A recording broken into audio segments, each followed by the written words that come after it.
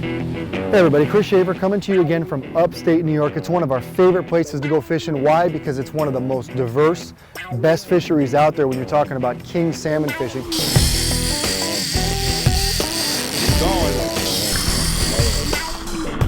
You can go out there, go on a very short run, catch a lot of big king salmon. Today we're going to go out there with Troy Creasy of High Adventure Sport Fishing out of Oswego, New York, which is about a half an hour to 45 minutes north of Syracuse. Very popular place to fish. Why? Because you have a ton of salmon that are going up in the Salmon River, in the Oswego River, and some of the other areas, and they congregate in this area during the summertime, especially like it is early September right now, which is prime time. We're going to head out there and see if we can get the salmon to bite.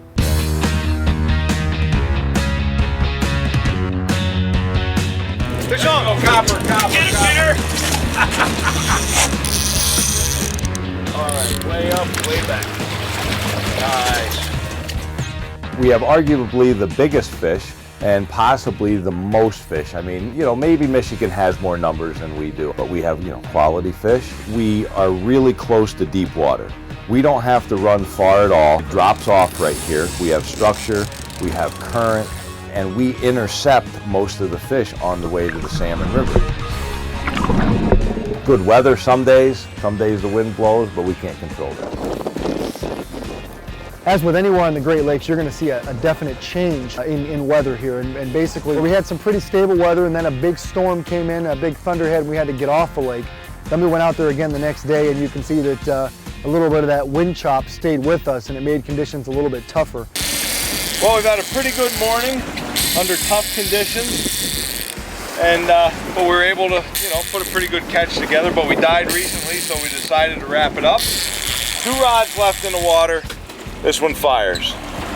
All bait on riggers, and then today the divers with some bait, some flies, the copper with some bait and flies. No spoon bites today.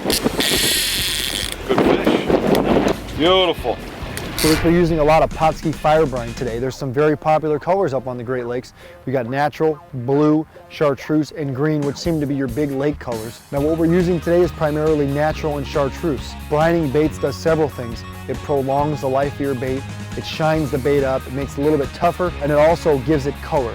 And the reason why you're doing that is an attractant. Our chartreuse is UV, so it's going to attract a lot of fish, and you'll see how easy it is to catch fish if you're using brine baits.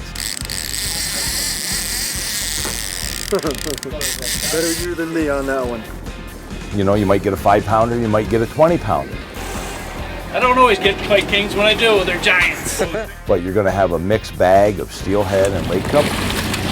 We're out here pounding big kings today, and look what it grabbed one of our meat rigs.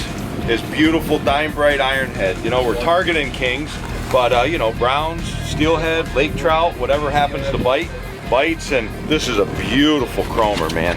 We've seen some nice steelhead lately, but not this big. And we haven't scaled them yet, but it's got to be 12, maybe a little better.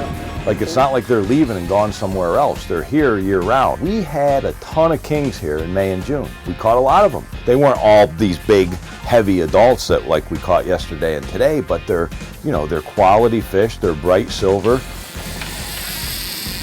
Way back. Bam! Nice.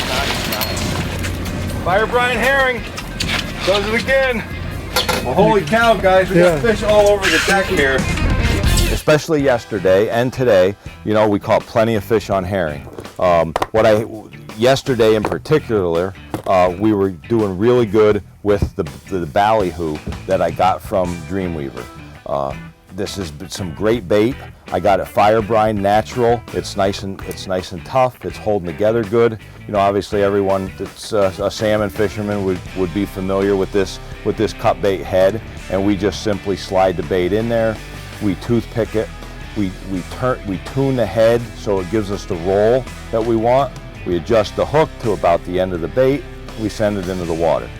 If you remember early in the morning, it was our glow type patterns, white green dot, white with a green stripe, white with a Mountain Dew back. They really like the glows in the low light. And then as we got into the sun, we go to more of like a chartreuse, like the chartreuse attractors, clear chartreuse heads, and then that's when I'll even go to the chartreuse bait, okay, that I brined, and you put that into the chartreuse head, and man, I mean, just look at that shine. I mean, that thing rolls in the water, that shines. I mean, if they're eating, they can't resist it, you know. Didn't take long for us to get hooked up. So kind of just Almost got it in. Get all that line. Get him? We got him. Yeah, man. Bam! Bam! You whipped them, Chris. You whipped them. The bait was ridiculous. I mean, we put the baits down, the fish hit it. He's going. What do I want this thing for? This is a mean, nasty one. You know, everybody said, oh, it's going to be a real tough year, and it kind of was. And oh, the fish are real small. You know, of the dozen or so fish that we landed, almost all of them were over 20. I know we had 4 or 5 over 25 pounds, and then that biggest one was 30 even. So, you know, it wasn't a big fish year, but it was a quality fish year. Nice. Looks freaking huge. What is huge? Lake Ontario Kings. Biggest kings in all the Great Lakes. Husky Fire Brine doing the job again. Lake Ontario Giants on Pautzke's baits. You just can't resist the fire brine. That thing is huge. That's a tank, Chris.